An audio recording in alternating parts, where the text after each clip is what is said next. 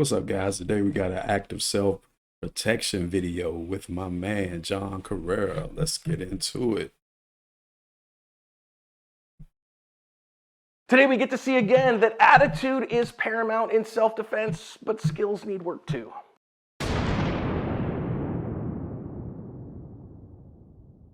Hi everyone, welcome to today's lesson here at Active Self-Protection. I'm your host, John Correa. Today we have two ladies that are going to come up the stairs and then two more behind them who are our intended victims. The first two are the perps. Now, there's an interview with our defender in this video that I've linked in the description that kind of gives her version of events. We have audio, so let's listen in.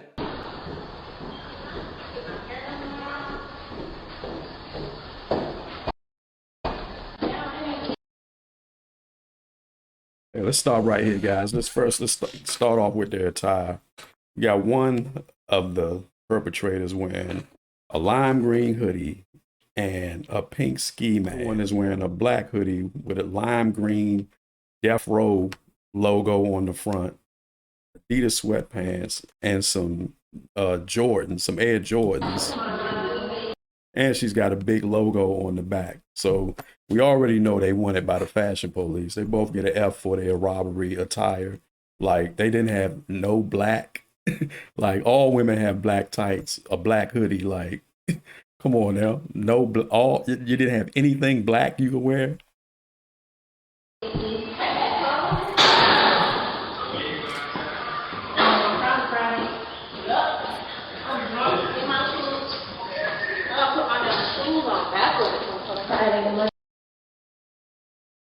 And then, as you can see, here go our two heroes. The one in the back, she already has her gun in her hand right here. I don't know if y'all can see that. Y'all see it when I play it back. But she already has her gun in her hands. Like, she ready.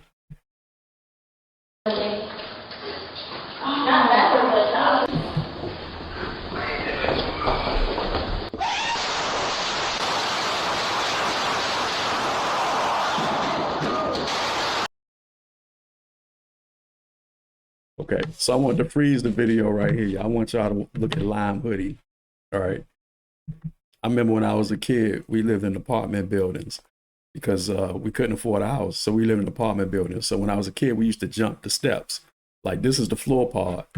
And we would jump the steps. Let me count these steps for y'all. There's 1, 2, 3, 4, 5, 6, 7, 8, 9. Now look at her feet. I know it's kind of blurry, but I want y'all to look at her feet.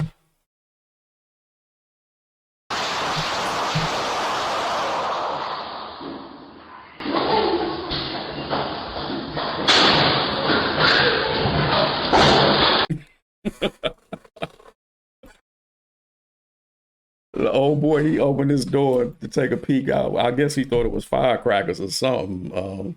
I mean, obviously they had on too much clothes for it to be the 4th of July and not enough clothes for it to be New Year's Eve. So I don't know what he was thinking. I guess he thought he heard fireworks or something, and he went to go and see what was going on in the hallway. I saw a little second angle of this of our perp running up, breaking some shots while she gets turned around as well. And we saw her run off there. And police caught one of these perps a little while later. Thankfully, none of the victims were hurt. I don't think either of the perps were hurt as well. She did have a gun on her. They did catch her. She is a multi-time felon that is now facing more charges of aggravated assault and robbery and additional felonies, but this is nothing new for her. Oof. Hey, listen, I think the attitude is key. I'm all about constitutional carry and all good, sane, sober, moral, prudent people carrying firearms. You know we're going to talk about skill set here. So go over to Active Self-Protection Extra, multiple videos every single week over there to help you be competent with your firearms so you're not using it as a rattlesnake rattle. Now, there's certainly something to be said for intuition. And again, if you go watch the interview, she said, these girls followed us like they moved when we did and they were watching us. And I thought that was weird and I was worried about them. And it was so quiet as they had gone, like they weren't going up to their place or whatever. And so because it was so quiet, I was seriously weirded out and I thought something bad was coming. Listen to your spidey senses. Now that said, let's see, look at her in the back. She already looking. She got her weapon out.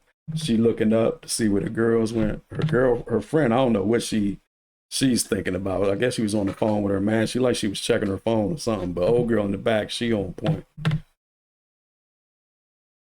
You notice she actually has her gun in her hand here. Now, I know some folks are going to say, yeah, but she needed it in her hand. I would recommend instead to leave the gun in the holster and have your hand on the gun in the holster. What we find again and again is it's really fast to get the gun out and use it in that particular case without the dangers of negligent discharges and without, the dangers of, oh, I've got a gun in my hand. If I have to do something else, I can't because I have a gun in my hand. So my recommendation of technique for you here, leave the gun in the holster with your hand on the gun, and then that way you have it just as fast as if it's in your hand and pointed down. And literally put it on the clock and you'll see it's within about 0.05 of a second.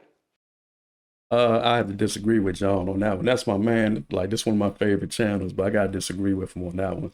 Like, why would I try to draw my gun out of my holster like we playing cowboys and we in the wild, wild west? I mean, like they say, stay ready. You don't have to get ready. I'm gonna have my gun in my hand just like an old girl.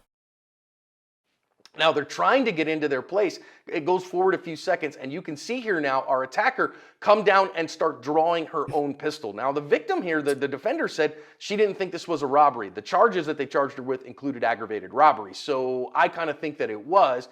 But whether it was a personal beef or whatever, or, I don't know what the personal beef would have been over, you don't have a whole lot of time. So paying attention was key here. And I think our defender, having paid attention, was able to get ahead of the threat and was actually faster than her. So we say don't draw on from the drop. Well, guess what? If you are ready for a counter ambush, you ain't got the drop on you or any of those things. Now, these folks are going to run off.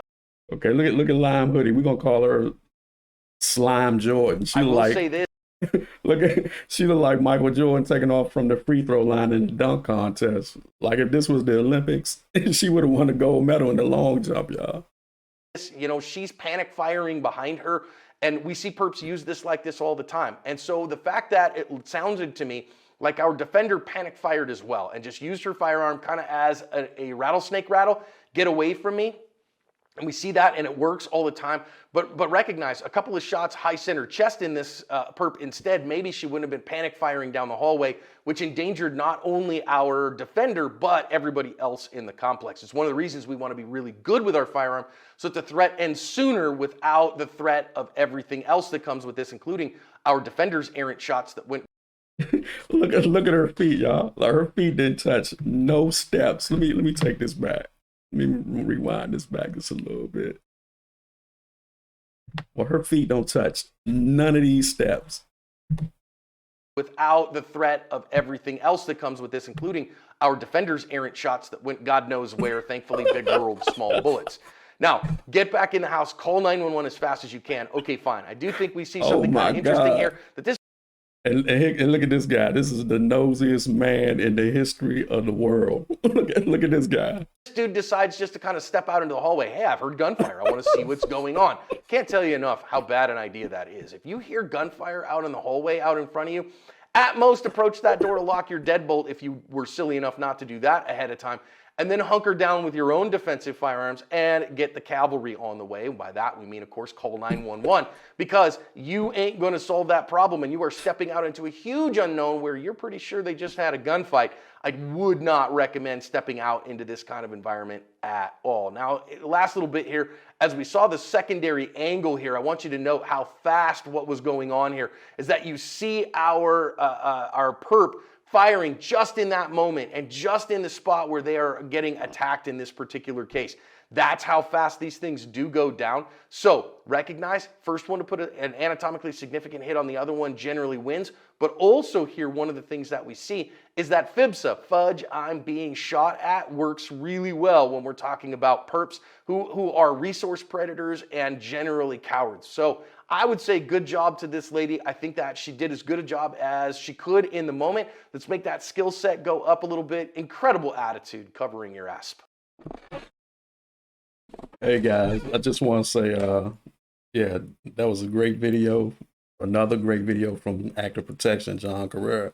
If you're not subscribed to his channel, check him out. They got some great content.